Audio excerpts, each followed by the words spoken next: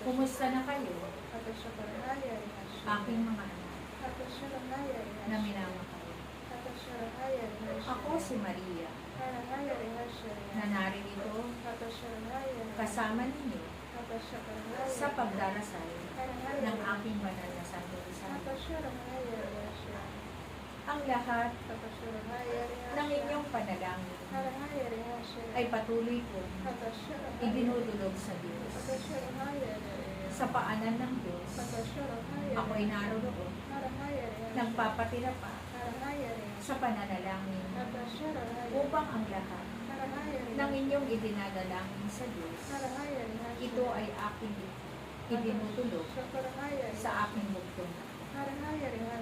Kaya aking mga anak na naririto, naway ipagpatuloy ninyo ang pagdaralita ng aking banal na Santo Rosario, sapagkat ito ang daan upang kayong lahat ay makarating doon sa kaharian ng Diyos. Sapagkat ang nais ng Ama sa bawat isa sa inyo ay makasama niya sa kanyang kaharian.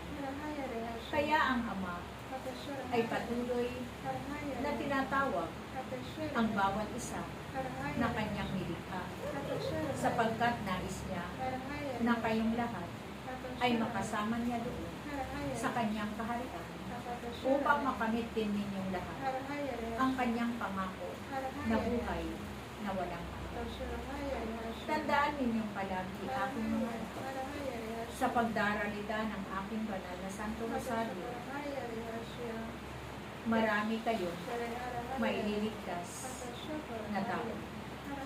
Kaya huwag kayong tumigil, huwag kayong mapagod sa pananalangin, sapagkat sa pananalangin ninyo, ito ang daan upang ang lahat ng inyong idinadalangin sa Diyos ay kanyang ipagkakaloob sa bawat isa sa inyo.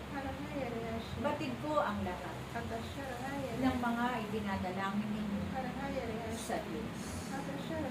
Ngunit tandaan ninyo, aking mga anak, huwag kayong mabalisa sa inyong hinihingi sa Diyos, sapagkat batid ng Diyos ang bawat pangangailangan ng bawat isa sa inyo.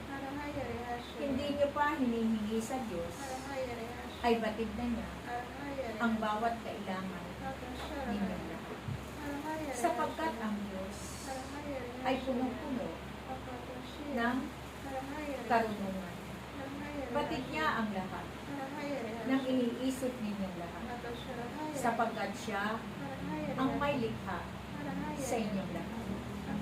Kaya kayo na mga hinirang at tinawag ng Diyos, maglingkod lang kayo hanggang wakas ng inyong mga buhay. Patuloy kayong umasa sa Diyos. Patuloy na maging tapat kayo sa inyong paglilingkod. Patuloy na puno kayo ng pag-ibig sa bawat isa. Maging mababa kayo sa lahat ng oras. At mag-alay kayo ng oras at panahon ninyo sa Diyos. Sa bawat gawain niya, naway palagi kayo mapuno ng pag-ibig. Ibahagi ninyong lahat sa inyong kapwa ang kabutihan ng Diyos, upang makilala nila ang Diyos na inyong pinaglilingkod sa pamamagitan ng inyong mabubuting gawa, ay makikilala nila at mapaparangalan ang Diyos na inyong pinaglilingkod. Kaya gumawa kayo ng mabuti. Naway palagi ninyong taglayin ang mga bunga ng Espiritu Santo, upang kayong lahat ay hindi mapahamak at hindi kayo maligaw ng inyong pananampalataya.